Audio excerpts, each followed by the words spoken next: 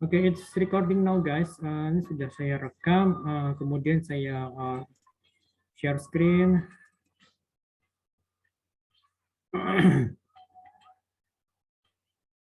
Kelihatan nggak di layar kalian? Kok nggak muncul? Oh, deh. Oke, ini saya mau coba ngambil dari sini dulu ya. Jadi kalau kita bicara apa namanya, bicara mengenai marketing, itu pasti juga kita akan bicara mengenai apa? Waktu minggu lalu kan kita udah bicara mengenai segmentasi, kemudian juga bicara mengenai targeting dan juga positioning. Nah, jadi kalau marketing itu tuh kita bicaranya tuh nggak hanya sekedar apa, nggak hanya sekedar sales itu marketing enggak, tetapi marketing itu juga kita bicara mengenai strategi ya. Kemudian juga kita bicara apa mengenai product, price, promotion, place gitu. Jadi itu tetapi nggak hanya itu doang marketing itu beragam gitu loh. Banyak faktor-faktor yang perlu kita perhatikan gitu kan ya. Nah, oke. Sebentar nih saya ambil dari sini dulu deh, jadi biar kalian Dewa. Oke, untuk pertemuan kedua kali ini kita kan akan ngebahas mengenai bagaimana kita bisa mengidentifikasi elemen pemasaran bagi perusahaan gitu ya. Nah, kalau minggu yang lalu kan kita ada bicara mengenai elemen apa beberapa ya elemen strategi kan. Nah, kalau kita sekarang bicara untuk apa elemen taktik pemasaran dan juga elemen value. Nah, tapi sebelum sampai nyampe ke sini, saya mau coba ngambil dari penjelasan dari Pak Hermawan gitu loh. Bapak Hermawan Kertajaya. Nah, di sini kalau menurut Pak Hermawan Kertajaya, marketing itu bisa menjadi konsep bisnis strategis yang tujuannya itu adalah untuk meraih kepuasan berkelanjutan bagi ketiga stakeholder utama. Jadi perusahaan itu memiliki perusahaan atau bisnis itu memiliki tiga stakeholder yang utama, yaitu konsumen, kemudian juga people, dan juga shareholders. Kalau customer udah jelas ya konsumen ya. Misalkan kalau kalian itu kerja di perusahaan retail ya pasti konsumen adalah mereka yang datang ke misalnya ke gerai kalian, yang datang ke toko kalian untuk membeli gitu kan ya. Nah itu. Kemudian juga people itu berarti orang-orang yang baik itu orang yang ada di dalam perusahaan gitu kan ya, ataupun juga salah orang ataupun juga orang yang ada di lingkungan sekitar perusahaan itu merupakan people, dan juga shareholders itu merupakan spesifik, jadi lebih jadi kepada pemegang saham gitu loh. Nah, masih menurut Pak Hermawan Kertajaya, jadi marketing itu adalah merupakan jiwa. Jadi bukan sekedar jadi sebuah soul gitu loh. Jadi bukan hanya sekedar salah satu anggota tubuh dari sebuah organisasi. Jadi makanya kalau setiap orang dalam organisasi itu jadi harus menjadi seorang marketer ya, baik itu di divisi di luar dari divisi marketing atau di luar dari divisi sales. Misalnya di orang manufacture, orang finance ya, orang event sampai orang HR sekalipun ya dia harus punya jiwa marketing gitu loh. Sebagai apa? Harus punya jiwa seorang marketer gitu loh. Ya paling tidak dia pada saat dia berada di luar lingkungan perusahaan, dia mempunyai perilaku yang baik, perilaku yang mencerminkan sebagai sebagai anggota dari organisasi yang profesional gitu loh. Ya misalkan kalau katakanlah misalnya karyawan dari misalnya PT Astra International itu kan akan terlihat misalnya dari segi terlihat dari orangnya profesional gitu kan ya. Walaupun misalnya masih muda, tapi dia terlihat profesional, punya integritas gitu kan ya, seperti itu. Nah, Pak Hermawan Kertajaya ini juga memiliki pendapat bahwa dalam lingkungan bisnis yang turbulence, jadi lingkungan bisnis yang berubah dengan cepat saat ini, jadi setiap bisnis itu harus bisa menang dalam market yang terus berubah. Ini kan marketnya itu atau pasar itu kan selalu berubah, ya apalagi dengan adanya pandemi seperti sekarang ini kan, itu kan perubahannya drastis gitu loh. Ya kan kalian juga ngalamin sendiri kan dengan dari tahun 2020 kan kalian dipaksa untuk kuliah secara online daring gitu kan ya. Ya kan udah hampir udah masuk mungkin udah jalan 2 tahun gitu kan. kita kuliah online gitu. Nah, itu kan mempengaruhi perilaku kita, mempengaruhi pasar gitu kan. Yang kuliah aja online, ya kan? Gimana? Nah, kemudian juga bagaimana dengan apa yang lainnya gitu kan? Walaupun sekarang mungkin walaupun sekarang PPKM level 2 gitu kan sudah mulai diturunkan, tapi itu masih tetap memiliki pengaruh yang masih signifikan karena itu kan PPKM ini kan nggak hanya sekedar seminggu 2 minggu, tapi kan berbulan-bulan gitu kan ya. Marketing juga harus dapat diinterpretasikan sebagai dealing with the market. Jadi artinya apa? Artinya jadi perusahaan itu harus secara dinamis dan dan intensif berinteraksi dengan market gitu loh. Jadi nggak hanya sekedar commercial market, jadi pasar komersial, tetapi juga pasar kompetensi. Ada yang masuk ya sebentar,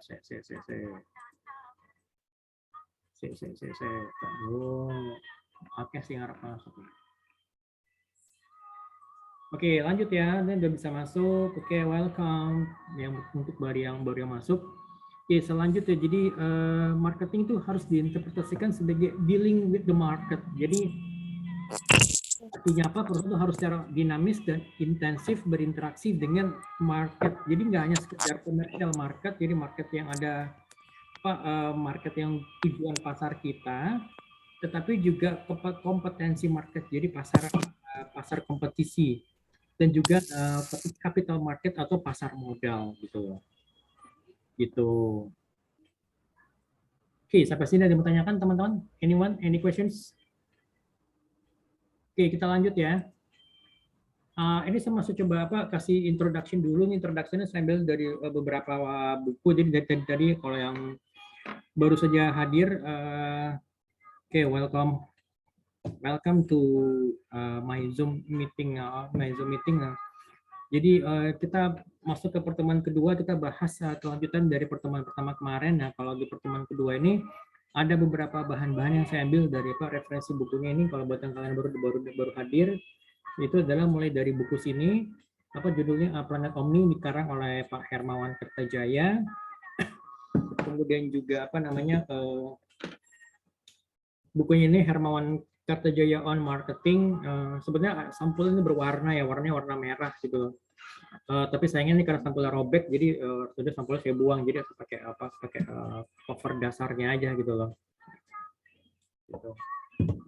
Kemudian juga di sini petugas, nanti saya akan berikan tugasnya. Tugasnya saya ambil dari bukunya yang dikarang oleh beberapa pengarang. Judulnya adalah Drucker Difference. Jadi ini Drucker ini adalah nama seorang begawan manajemen atau guru manajemen. Nama lengkap adalah Peter F. Drucker gitu loh. Nah, ini saya ambil tugas untuk membuat resume, saya ambil satu bab dari sini gitu loh. Oke, kita lanjut ya. Here we go. Oke, nah ini jadi seperti ini nih covernya kalau dari buku yang tadi tuh. Cover seperti ini. Oke, sebentar. Ini saya bikinkan dulu.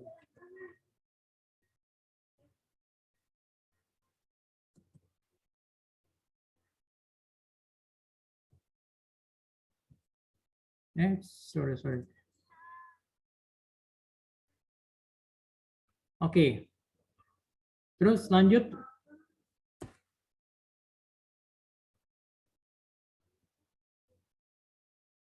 Oke, kita lanjut ya teman-teman ya.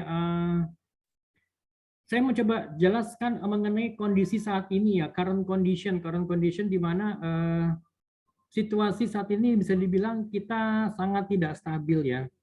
Baik dari kalau pasti kalian bisa lihat ya walaupun sudah bukan berarti kita lagi ada perang saudara, tapi lebih kepada yang agak gunjang-ganjing yang dari segi politik, legal, sekarang sudah bisa lihat ya. Kalau kalian lihat ngikutin berita politik saat ini, politik legal, kemudian juga dari segi perekonomian gitu kan ya, sejak adanya pandemi COVID-19 ini pastinya ya juga tuh kan akan berpengaruh kepada perekonomian negara, yang dimana daya beli masyarakat tuh akan semakin menurun gitu kan, dan juga pengangguran yang semakin meningkat gitu kan ya, daya beli masyarakat yang semakin turun. Kemudian juga kita masuk kepada kategori negara yang kelas itu kelas menengah ke bawah gitu kan, walaupun pada saat 2 tahun 2020 sampai 2 tahun lalu kita masuk kepada kategori kelas menengah ke atas gitu kan ya. Kemudian juga dari ancaman dari kemajuan teknologi. Mengenai ancaman kemajuan teknologi, misalkan kalau kalian lihat beberapa sudah ada banyak proses otomasi ya, yang mungkin bahkan bisa mengancam adanya berkelanjutan dari beberapa posisi pekerjaan yang ada saat ini di perusahaan, terutama untuk pekerjaan yang sifatnya itu adalah monoton, reguler, jadi berulang-ulang gitu loh. Gitu. Nah, jadi ya makanya kenapa di sini banyak di antara karyawan yang mungkin keahliannya saat ini sudah semakin tidak relevan dan terpaksa menjadi orang yang mungkin bahkan terpinggirkan gitu. Jadi ya pekerjaan sifatnya mungkin clerical, pekerjaan mungkin sifatnya hanya apa ya bukan pekerjaan yang penting gitu ya, tapi mungkin lebih kepada ya udahlah sembari misalnya dia menunggu masa dia pensiun, ya udah menunggu sampai usia 55, ya udah dia mungkin dia mengerjakan pekerjaan sifatnya nggak yang tidak penting atau administration things gitu loh, gitu. Kemudian juga muncullah beragam pekerjaan-pekerjaan yang baru. Jadi atau maksudnya di sini adalah jenis jabatan yang baru yang sebelumnya nggak pernah ada sama sekali. Misalnya apa? Digital marketing gitu kan ya. Atau mungkin apa search engine SEO officer gitu kan. Digital marketing manager gitu kan ya, atau apalagi yang lain gitu loh. Atau sosial media, atau sosial media manager, atau banyak hal, banyak jabatan-jabatan yang baru yang terkait dengan perkembangan teknologi saat ini kan. Nah, jabatan ini membutuhkan kompetensi dan juga pola pikir yang sangat berbeda dibandingkan dengan jabatan-jabatan yang sebelumnya, bahkan dengan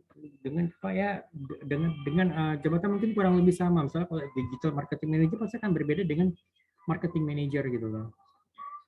Kita harus selalu siap untuk bisa beradaptasi menghadapi beragam perubahan.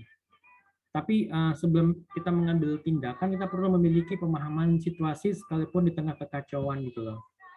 Nah, melihat hal di sini, jadi Pak Herman Kertajo itu mencoba mengambil istilah yang dipopulerkan oleh Angkatan Darat Amerika Serikat ya, pada saat mereka berperang di Afghanistan, atau menghadapi perang dingin, atau perang Korea.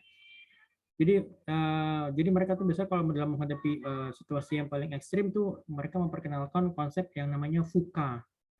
Jadi volatility, jadi volatile, jadi itu bergejolak, kemudian uncertainty itu tidak pasti, kompleks itu jadi situasinya kompleks, dan juga ambigu, membingungkan gitu loh. Maka sini ada istilahnya VUCA. Jadi ini istilahnya juga sudah sering diungkapkan pada dalam beberapa buku yang terkait dengan buku-buku yang terkait dengan topik-topik mengenai manajemen, atau mungkin juga bahkan manajemen pemasaran gitu kan. VUCA, jadi volatility, kemudian juga uncertainty, complexity, dan juga ambiguity gitu loh. Oke, itu ya. Kemudian balik lagi kepada penjelasan dari Pak Herman Kertajaya, saya mau coba jelasinnya. Kalau kemarin kita kan sudah bahas itulah mengenai apa segmentasi, targeting, dan juga positioning sini kan, segmentasi, targeting, positioning ini kan kemarin itu merupakan bagian dari strategi. Nah, jadi Pak Herman Kertajaya itu jadi membagi itu konsep marketing jadi lebih bagi dalam tiga poin utama mengenai sustainable, kemudian juga marketing, dan juga enterprise gitu loh. Oke. Nah, mengenai apa itu sustainable? Kita lihat di sini. Jadi tiga poin di sini kita lihat misalnya mulai dari sustainable ya. Jadi bagaimana jadi perusahaan itu bisa membangun sustainability. Jadi sustainability itu jadi jangka waktu yang panjang. Jadi perusahaan bisa sustainable, bisa hidup, kehidupannya bisa berkelanjutan untuk jangka waktu yang bertahan lama gitu loh. Apalagi dengan kondisi landscape bisnis yang terus berubah seperti saat ini gitu ya. Nah, sustainability ini merupakan unsur utama dari bisnis apapun dalam market yang terus berubah. Jadi ini unsur utama adalah sustainability. Jadi bagaimana perusahaan bisa bertahan, bisa sustainable. Nah, selama perjalanan transformasi ini, ya perusahaan itu harus bisa melakukan apa? Political change, technical change, dan juga cultural change. Di dalam organisasi, kita bicara mengenai dalam organisasi. Jadi kalau politik itu nggak selalu bicara apa negara atau negara atau pemerintahan, tapi juga bicara dalam ruang lingkup organisasi gitu loh. Pertama dalam apa? Dalam lingkungan bisnis yang terus berubah-berubah seperti saat ini gitu loh. Oke. Political change. Jadi kita lihat sini bagaimana seorang CEO itu dapat mengelola alokasi kekuasaannya, dan juga ya pasti juga ada isu-isu politik di dalam organisasi yang mengenai apa? Yang mengenai suksesi kepemimpinan, pergantian kepemimpinan, bagaimana dia bisa menempatkan orang-orang yang tepat di pada posisinya, dan juga bagaimana dia bisa mengelola konflik, dan juga bagaimana dia bisa bisa menentukan apa membuat keputusan walaupun keputusannya sifatnya sangat tidak populer gitu kan ya. Dan juga dia harus bisa dia bisa atau punya kemampuan untuk mengambil risiko gitu loh. Lalu yang kedua, technical change ini mengenai bagaimana perusahaan dapat memformulasikan dan mengimplementasikan suatu arsitektur bisnis baru. Ya kan pastinya dengan melihat perubahan seperti yang sekarang ini, perubahan bisnis, perubahan landscape bisnis, kemudian juga bagaimana perubahan perilaku konsumen gitu kan ya. Dan juga dengan adanya PPKM itu kan berarti kan apalagi PPKM berarti sesuatu hal yang di luar dari kendalinya si pemerintah, di luar kendalinya dari si CEO kan, di luar dari kendalinya direksi gitu loh. Nah, apa yang harus dilakukan gitu kan. Jadi pasti ya si CEO ini atau perusahaan harus bisa mengimplementasikan suatu arsitektur bisnis baru, mungkin seperti kata tadi yang pernah saya cerita ke kalian mungkin ya pada minggu yang lalu. Jadi di Surabaya itu ada memang hotel yang memang karena PPKM itu ya PPKM itu jadi ya sepi kan karena ya kan apa namanya ya PPKM udah lockdown kan, nggak bisa orang nggak bisa kemana-mana kan untuk pendekatan. Gimana orang bisa pergi bepergian dengan leluasa, apalagi dengan kondisi yang second wave, jadi pandeminya itu virus yang varian deltanya itu kan menyebar dengan sangat cepat gitu kan. Nah, apa yang dilakukan oleh si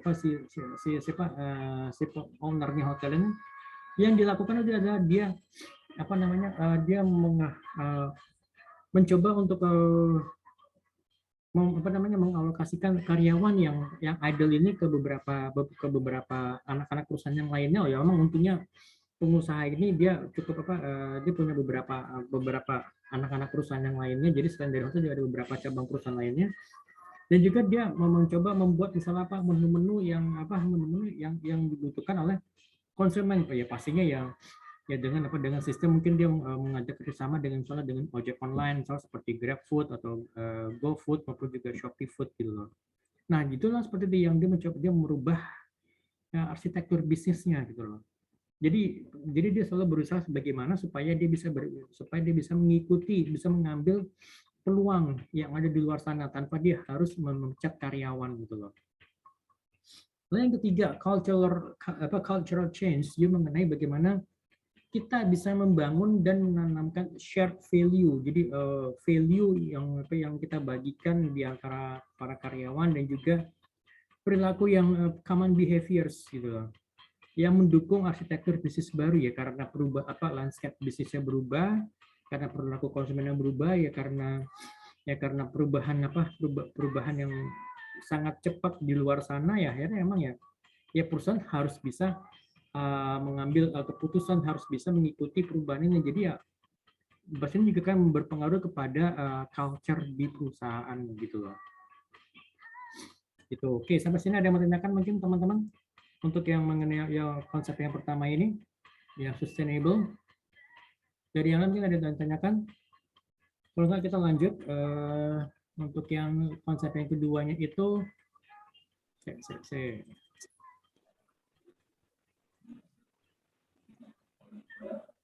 Oke, yang kedua itu adalah bagaimana model marketing. Jadi merupakan inti dari model sustainable marketing enterprise gitu loh. Jadi terdiri dari tiga submodel: outlook, arsitektur, dan juga scorecard. Nah, outlook itu model di mana kita menganalisa landscape bisnis yang di masa yang akan datang berdasarkan dari 4 faktor yang terkait satu dengan yang lainnya, yaitu pastinya perubahan change, kemudian juga situasi kompetisi, jadi competition, kondisi pelanggan, customer, dan juga internal perusahaan atau company gitu loh. Lalu yang kedua arsitektur, jadi terdiri dari 3 komponen, yaitu strategi, bagaimana kita bisa merebut mind share-nya pelanggan. Lalu yang kedua taktik, bagaimana kita bisa merebut market share. Lalu yang ketiga value, bagaimana kita bisa merebut hard share. Jadi kalau kemarin kita sudah bicara kita sudah bicara sini kan mengenai segmentasi, targeting, positioning yang merupakan bagian dari strategi. Itu berarti kita bicara mengenai bagaimana kita bisa merebut mind share pelanggan, merebut benak konsumennya pelanggan gitu loh. Ya kan, misalkan kalau kalian ingin kalau kalian misalnya gampang gini, kalau kalian ingin mengkonsumsi mie instan, apa yang ada di benak kalian gitu loh. Apakah pop mie, apakah indomie, atau misalnya mie sedap gitu kan. Nah itu dimaksud dengan mind share. Jadi kira-kira kalau saya sebagai produsen indomie, berapa persen nih konsumen yang mengatakan indomie gitu kan. Kemudian siapa sih pesaing yang paling dekat dari produk gue. Jadi misalnya pesaing yang paling dekat dengan Indomie itu siapa sih ya? Pasti pengajuh dari misalnya mie sedap gitu kan ya. Itu yang dimaksud dengan mind share. Lalu yang kedua taktik, bagaimana kita bisa merebut market share, ini yang akan kita bicarakan. Ya kan. Kemudian juga yang ketiga adalah mengenai value. Value itu bagaimana kita bisa merebut hard share gitu loh.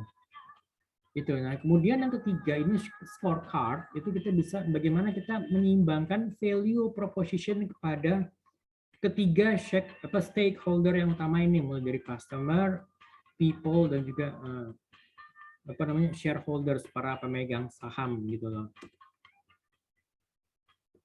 Oke, nah kemudian yang bagian yang ketiga itu adalah model enterprise. Model enterprise itu terdiri dari 3 komponen, yaitu inspiration, culture, dan juga institution. Inspiration adalah mengenai mimpi, dreams. Jadi sebuah perusahaan itu harus punya mimpi, punya cita-cita yang bisa memberikan inspirasi kepada karyawan, kepada segenap lapisan karyawannya gitu kan. Yang menginspirasi juga misalnya para shareholders-nya, yang menginspirasi juga bahkan kepada people yang ada di stakeholder, misalnya selain dari karyawan, misalnya para supplier gitu loh, yang bisa membimbing, kemudian juga merangsang semua orang yang ada di dalam organisasi gitu loh. Kemudian juga culture, ini menyangkut mengenai kepribadian atau personality.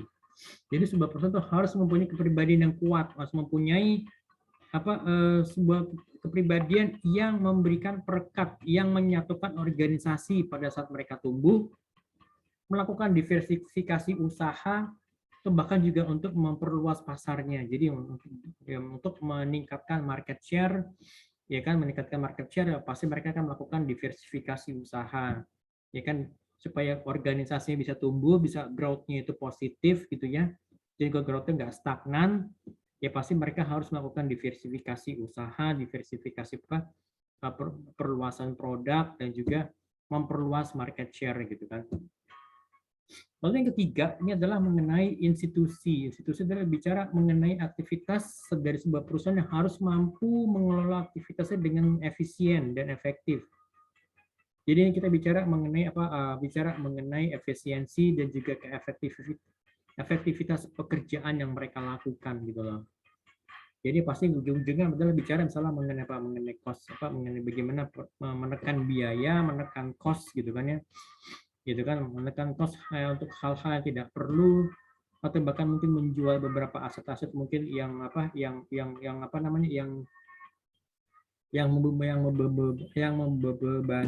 perusahaan, mungkin juga bahkan bahkan kalau perlu juga mungkin kalau studi eksternal gitu dalam misalnya melakukan perampingan alias mengurangi jumlah karyawan gitu loh. Gitu. Oke. Sampai di sini teman-teman, ada yang mau tanyakan mungkin? Ini masih berupa penjelasan awalnya ya, untuk jadi saya mau coba jelaskan mengenai perbedaan yang di sini loh. Aku tak coba. Nah, mengenai strategi pemasaran, berarti ini kan strategi pemasaran itu bagaimana kita bisa merebut mind share pelanggan, kondisi taktik pemasaran, bagaimana kita bisa merebut market share, gitu kan? Kita bicara bagaimana kita bisa meningkatkan market share atau merebut market share, dan juga sini kita bicara mengenai hard share-nya, para hard share gitu loh. Oke, kita lanjut ya. Oke, kalau kita bicara mengenai taktik pemasaran, itu kita bicara juga mengenai diferensiasi produk diferensiasi. Apa sih keunikan produk kita dibandingkan produk yang lain? Jadi kita bicara mengenai uniqueness gitu loh. Mungkin kalau kalian yang ikut mata kuliah entrepreneurship itu kan kalau di BMC-nya itu pasti ditanyakan mengenai apa sih keunikan produkmu dibandingkan produk yang lain gitu kan. Kayak misalkan dari pengalaman saya kemarin pada saat saya memperkenalkan salah satu owner dari perusahaan transportasi online kepada salah satu investor. Si investor bertanya, apa sih yang menjadi keunikan apa sih menjadi keunikan jasamu atau produkmu gitu loh. Kemudian jelaskan, oh kalau misalnya dibandingkan misalnya dibandingkan dengan Gojek seperti ini, dibandingkan dengan Grab seperti ini gitu loh. Kemudian juga dia sudah menggandeng misalnya beberapa aplikasi-aplikasi yang lain gitu kan ya. Lalu yang kedua, kita bicara mengenai bauran pemasaran atau dalam istilah kerennya dalam bahasa Inggris disebut dengan marketing mix gitu loh. Nah, kemudian juga pastinya penjualan, karena ya marketing pasti ya bicara mengenai UUD kan, ujung-ujungan duit ya, ujung-ujungnya pasti ya jualan gitu kan ya. Gitu. Oke, kita lihat satu persatu. Tindakan definisi dari diferensiasi produk. Apa itu diferensiasi produk? Ya kan tindakan untuk merancang serangkaian